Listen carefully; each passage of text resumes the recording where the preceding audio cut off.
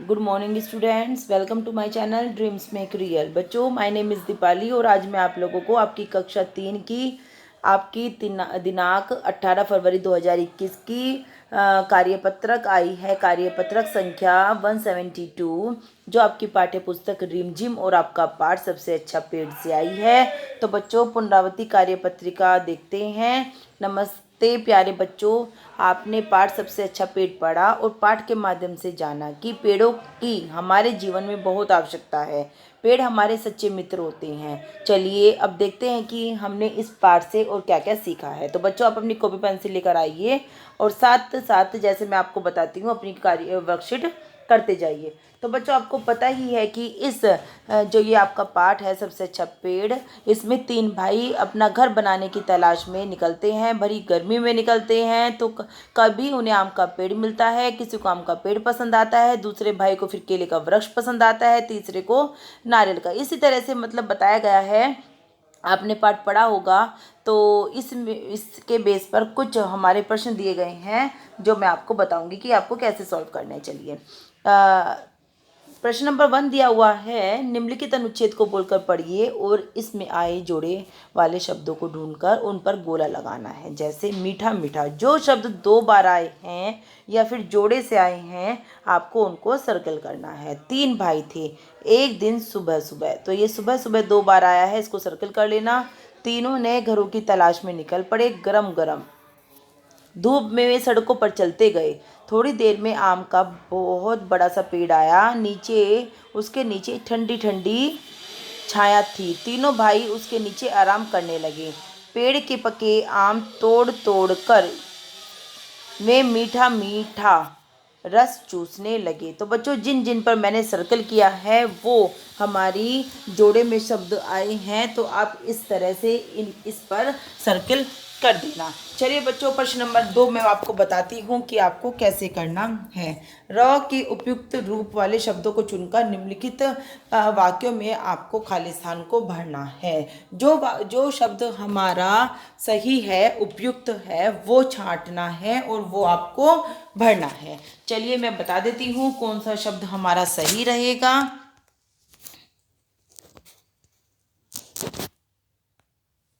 उनके पास रहने के लिए कोई ग्रह, देखो बच्चों कौन सा सही है, ये जो सही है मैं उस पर राइट लगा रही हूँ, आप इसको भर लेना। ग्रह है, ऐसे बनता है बच्चों, ठीक है। सोहन को सर्प, ये वाला ठीक रहेगा बच्चों। ने डंक मार दिया, तीनों भाई वृक्ष,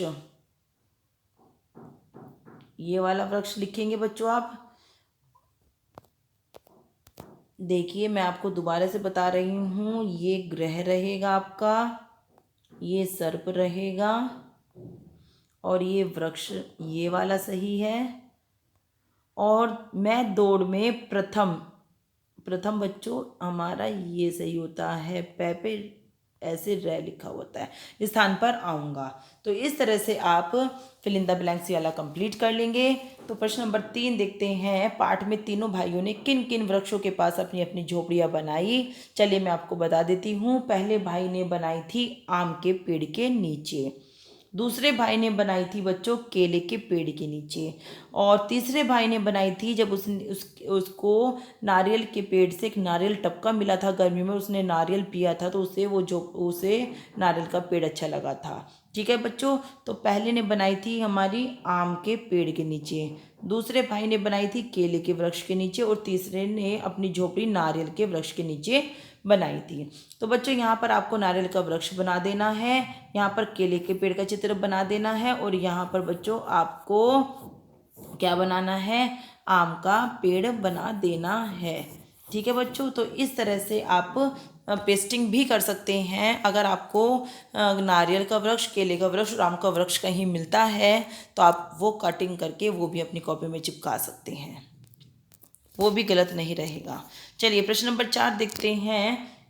नीम के पेड़ के विभिन्न अंगों को कई तरीकों से उपयोग में लाया जाता है। बच्चों आपको पता ही है कि नीम का पेड़ हमारे लिए किस कितना उपयोगी होता है, कितना महत्वपूर्ण होता है। तो बच्चों देखो, नीम की पत्ते और नीम के फलों के फ़ायदे मैं आपको बताती हूँ। अगर हमारे कहीं फोड़े या फुंसी हो जाते हैं, जख्म हो जाते हैं, तो नीम की पत्तियाँ लगाने से वो जख्म जल्दी ठीक हो जाते हैं। तो आपको लिखना है फोड़ों और जख्मों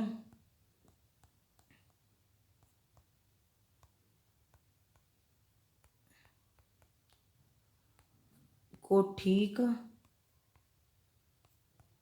करने में, एक तो बच्चों आप ये लिख लेंगे, एक पॉइंट लिख लेना, अगर हम नीम की पत्तियों का सेवन फल का सेवन करने से जो हमारी रोगों से लड़ने की क्षमता होती है, प्रतिरोधक क्षमता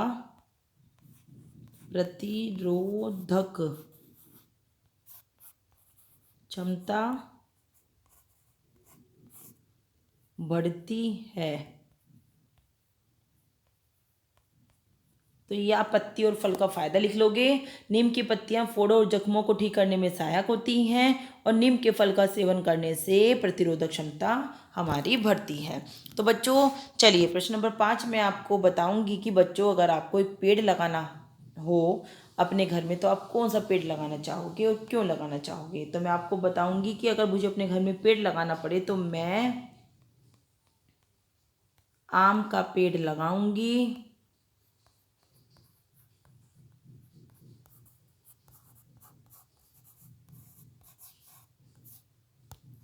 क्योंकि आम के वृक्ष से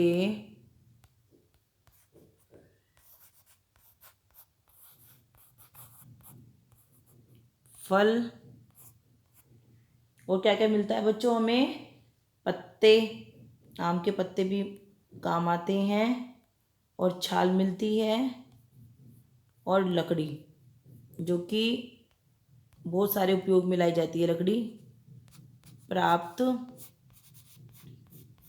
होती है।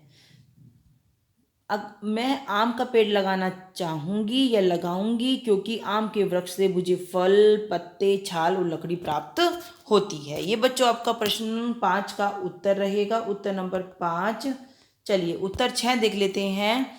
उत्तर 6 लिखना है, घर में प्रयोग होने वाली किन्हीं 4 वस्तुओं के नाम बताइए जो पेड़ों से प्राप्त होती है। वो तो बच्चों आपको पता ही है, फल मिलते हैं हमें, फूल मिलते हैं पेड़ों से, और बच्चों हमें मसाले मिलते हैं पेड़ों से, गोंद मिलता है,